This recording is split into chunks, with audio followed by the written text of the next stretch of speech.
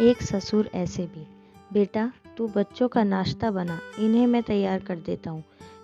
फिर तू वत्सल का लंच लगा दियो, मैं इन्हें बस तक छोड़ आऊँगा। नरेश जी अपनी बहू दिव्या से बोले। नहीं नहीं पापा जी, मैं कर लूँगी, आप बैठिए, बस अभी आपकी चाय बनाती हूँ। दिव्या बोली। अरे बेटा, बन जाएगी चाय, मुझे कौन सा कहीं जाना है, तू पहले इन सब कामों से फ्री हो जा, तब तक मैं इन्हें शैतानों को रेडी करता हूँ। नरेश जी हंसते हुए बोले। दिव्या हैरान थी।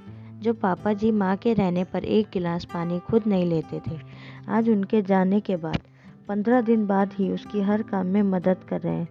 असल में दिव्या के परिवार में दिव्या के पति, सास, ससुर और 2 बच्चे, 6 साल का काव्य और 3 साल की आव्या थे।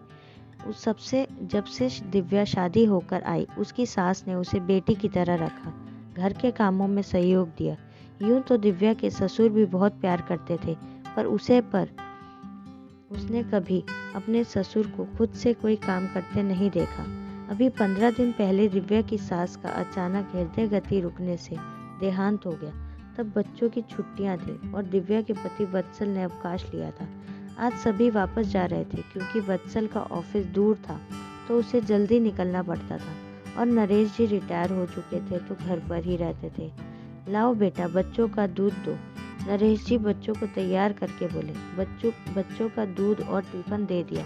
वत्सल का खाना पैक करने लगी, साथ ही साथ उसको नाश्ता भी तैयार कर रही थी और एक गैस पर चाय चढ़ा दी। लो वत्सल, तुम्हारा नाश्ता, पापा जी आपकी चाय। आप नाश्ता तो अभी देर से करोगे, दिव्या बोली। दे ही दो बेटा, तुम्हारा भी काम निपटे, वरना दोबारा रसोई चढ़ानी पड़ेगी, नरेश जी बोले। नरेश जी रोज दिव्या की ऐसे ही मदद करने लगे। दिव्या को कभी कभी बुरा भी लगता और वो मना करती, पर वो प्यार से उसे कहते, कोई बात नहीं बेटा। सुनो, आप पापा जी से बात करो ना, कोई बात है जो उन्हें परेशान कर रही है। एक रात दिव्या वत्सल से बोली। क्यों, कुछ हुआ है क्या? पापा ने कहा तुमसे? वत्सल बोला। नहीं, पर जो इंसान एक गिलास पानी भी नहीं लेता था खुद से, वो मेरे इतने सारे काम कराए, कुछ तो गड़बड़ है। दिव्या बोली। अरे तुम्हें कोई परेशानी हो तो तुम खुद पूछ लो ना, वत्सल बात टालता हुआ बोला। वत्सल तो सो गया, पर दिव्या को नींद नहीं आ रही थी। वो उठकर बाहर गई तो देखा पापा के कमरे की लाइट जल रही है। पापा जी, आप सोए नहीं अब तक? तबीयत तो ठीक है आपकी? दिव्या कमरे का दरवाजा खटखटा कर बोली। अरे दिव्या बेटा, अंदर आ जाओ, क्या बात है, तुम इस वक्त तक जाग रही हो? आओ बैठो।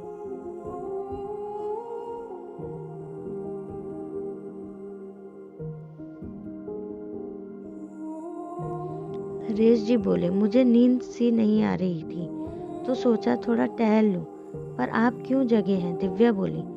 बस ऐसे ही बेटा, मुझे भी नींद नहीं आ रही थी। नरेश जी बोले। पापा, आपसे एक बात पूछनी थी। दिव्या हिचकिचाते हुए बोली। हाँ बेटा बोलो, संकोच क्यों कर रही हो? नरेश जी बोले। पापा जी, मुझसे कोई गलती हुई है क्या? आप मुझसे नाराज हैं या मेरी कोई बात बुरी लगी हो आपको? दिव्या बोली। नहीं तो बेटा, पर क्यों पूछ रही हो तुम ऐसा? नरेश जी हैरानी से बोले।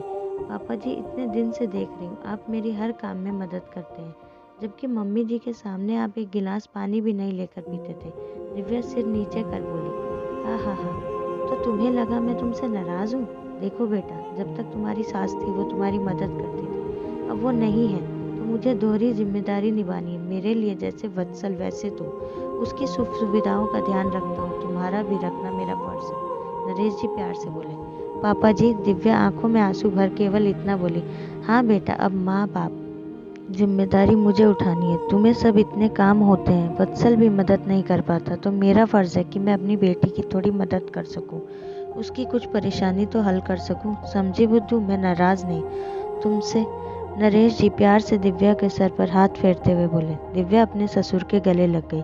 आज उसमें अपने ससुर में अपने मात्र पिता नजर आ रहे थे। सच में पिता पिता ही होता है, फिर चाहे ससुर के रूप में क्यों ना हो। दोस्तों, सास के लिए तो बहुत कहानी है, ससुर के लिए भी कुछ होना चाहिए। यदि कहानी आपको पसंद आई हो तो कमेंट में ज़रूर हमें बताइए और पसंद आने पर लाइक करें। Thanks for watching.